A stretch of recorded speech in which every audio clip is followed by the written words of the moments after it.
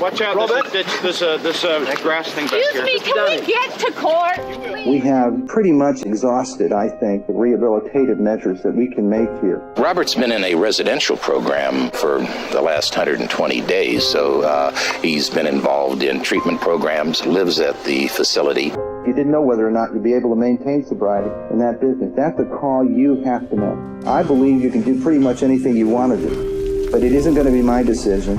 I held a false notion that I could operate on two tracks and run them both at the same time and neither would suffer. I'm just a guy who had a certain set of experiences that gave me a predisposition to self-destruction. Even by Hollywood standards, your rise to stardom has been pretty quick. Is it difficult with this kind of success coming at you so fast to maintain a perspective? 2 vodka martinis, extra dry, extra olives, extra fast. Make one of them dirty, right? Robert Downey Jr. is here. He's one of Hollywood's most talented actors. He starred in films such as Less Than Zero, Natural Born Killers, and Shortcuts. In 1993, he earned an Academy Award nomination for Chaplin. In the year 2000, he won a Golden Globe for his role in Ally McBeal. I think our motivation can tend to get lost along the way. What's next? I don't know, probably dinner after this and the party. I'm trying to live in the moment. And doing a damn good job of it. Were you still functional? I heard that you would always show up, no matter how high you were, you'd show up on time. Never missed a day. It's a piece. You seem like a pretty happy-go-lucky guy, and sometimes people will take that as being cocky. I've always felt that I'm just such a hell of a guy that I can pretty much behave in any way I want. You're acting like a child, and sooner or later you're going to get grounded. Do you remember driving around naked in a Porsche? Absolutely, it was a blast. It kind of sounds like fun in some aspect. Oh, right up until the cops showed up, it was a blast. When we mention you, everybody thinks of your father because you're Robert Downey Jr. and your father is Robert Downey. East Coaster, a dad of some renown. My dad was a kind of an underground filmmaker, auteur maverick. I grew up definitely being Bob Downey Sr.'s kid. The relationship with your dad, did you want to get involved in this business because of him? My dad made flipped out films. So it was a creative upbringing, but it wasn't, I'd never thought of it as show business because we were shooting it in our backyard. My dad was almost always home, or if he was on the set, I was probably heading there if I wasn't there already. What was the first film you were in? Was this one of your dad's projects? Yeah, the first film I was in, my father got a grant to do this movie called Pound, which was about dogs in a pound. And my first line was I was 6 years old, I was supposed to play a puppy. Have any hair on your bowl? There were rewards for acting from the time I was 5. It was acceptance, it was laughter. Robert Downey Jr. decided to dedicate himself to acting when he was in the 11th grade. With the permission of his film director father, they set off for New York. You were on Saturday Night Live for a year. Live from New York, it's Saturday night! I think doing live television is probably the most nerve-wracking thing you can do. I was on the show for a single season, almost 30 years ago. How did you get the job? It was slight nepotism. He was like, well, get Downey in here. I went in and auditioned for Lorne Michaels and the other powers that be. I did some stuff and I heard some chuckles and there was some head scratching and I was like, well, that was kind of fun. And then a couple days later, I was told that I would be a not ready for primetime player. Didn't your father introduce you to drugs? You were 20 years old when you started on the show. Well, that was 1985, and I have no recollection of that year. Well, how many times did you hit bottom, would you say? How many grains of sand in the desert, sir? 1996, the actor violated his probation when he fled from a detox center. A year later, he skipped a court-ordered drug test and spent the next 4 months in the LA County Jail. The first violation I did 6 months, and then on the second one... 1999, Downey skipped another drug test and was sent back to rehab. But this time, a judge gave Downey hard time. He literally threw the book at me and went for the maximum sentencing allowed. State prison for nearly 1 year. Which was a 3-year sentence. For past several years, he's just going through the revolving door of rehab program and being arrested, which is too sad, such a bright person, and he's not a criminal. He's a victim of the drugs. What's humbling is to have to live your life in such a public way when so much of it is so humiliating and embarrassing. So by the time I got into prison, it wasn't like, wow, this is the worst thing that's ever happened to me. It It was an extension of things being miserable. And so by the time you're in prison, that's not rock bottom for you? Nope. I just happened to be in a situation the very last time, and I said, you know what, I don't think I can continue doing this. It's not that difficult. What's hard is to decide.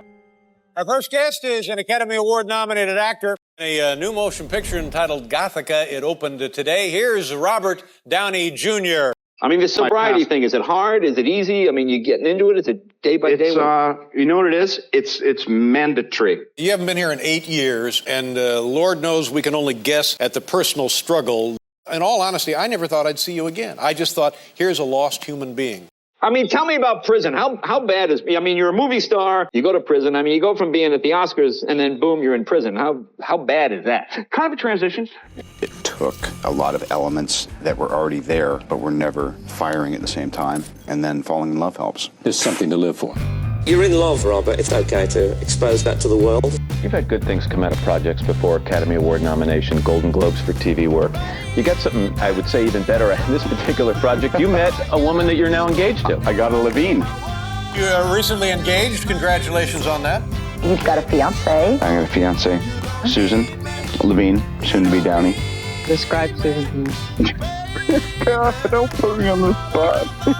I'm nuts about her. We have a picture of you and your girlfriend, Susan. Hi, honey. Oh, you've gone all kind of gooey. We were just screwing 2 hours ago. Her name's Susan. We met on Gothica, which is this film that's open today, and she was a producer, but it wasn't all that inappropriate. We kind of waited until after we were done shooting, kind of. I just found myself really enjoying her company. It really was organic and a very romantic beginning. I mean, is she pretty strict? Keep you on a short leash? Choke chain. I just finally know what I have to do. I think eventually you fall into somebody who's kind of like, well, I see that you are a tall order. Susan said, yeah, don't do it anymore or I'm splitting. Let's make it work. Otherwise, sayonara. You're one of these guys I hear these sort of urban legends about. And I heard that, like, when you do movies, you essentially almost have to work for free because the insurance bond is so high. It's obviously you get arrested in the middle of filming, the film shuts down. It's kind of like they take a bunch of the dough up front, and then when I finish the movie and I haven't, snorted half of Bolivia, they go, oh, well, thank you. It's not that we don't trust you. Here's your money back. Kind of like that. Have you lost films because of the reputation? Something happens in negotiations where it's like I'm a little more difficult than some other actors. Joel actually worked out the insurance thing on Gothica. He just took 40 cents on the dollar and then gave it back to me when I didn't, ruin his movie. Is it strange dealing with it in such a public way? I mean, everybody knows your every move. What, you want me to pee in a cup or something? Let's go. No. I am actually the least risky person you could hire on a film now because everyone knows that they got to keep me in check and hold me accountable. The truth is, y'all know my past. Robert Downey Jr., to me, is the best actor of his generation. He can do anything. Robert has a whole career of great work behind him, and he was at a point in his life and his career where he was ready to break out and do something really big and exciting. I think that actors do the films they're meant to do. I had just been hired to cast in the first Iron Man. Jon Favreau was on board at that time, and I remember asking him, tell me all the qualities that you think are most important. Fast, quick-witted, and funny, and dynamic, and a bit troubled, and confident, and brilliant. We really kept coming back to Downey. We want the hero to be as interesting out of costume as they are in costume. They made you really go through the hoops for this. How many times did you audition? I said to Jon Favreau, I said, I think I'm the guy for the job. And he goes, I do, and they don't. Robert Downey Jr. at that point in his career wasn't necessarily a family-friendly name. He said, I don't think it's going to happen. And I said, well, I'm going to believe it will. We all felt so sure about him on a creative level because he wasn't instantly a slam dunk approval. I suggested we have screen tests. And then it came down to screen test, and I went in, and I'm really good at screen testing. I don't want to call it an out-of-body experience, but it was one of those rushes that I'm sure like somebody would feel if they're about to play a big sporting arena. It's ghastly, the conditions. There's not a woman in sight. I'm a woman. Yes, clearly. Maybe next time you scramble F-22s against me, I just might not play defense. The truth was, we got to a point that we realized if we didn't cast him, that would have been the biggest risk. For that one instant, I had to psych myself into nobody else on earth had a chance. I was too prepared. I was too confident. I just went completely bats on it. Like I just studied the text and thought of everything I could do better than anyone else would. I don't know. It's that thing when you only have to focus on one thing for 3 weeks.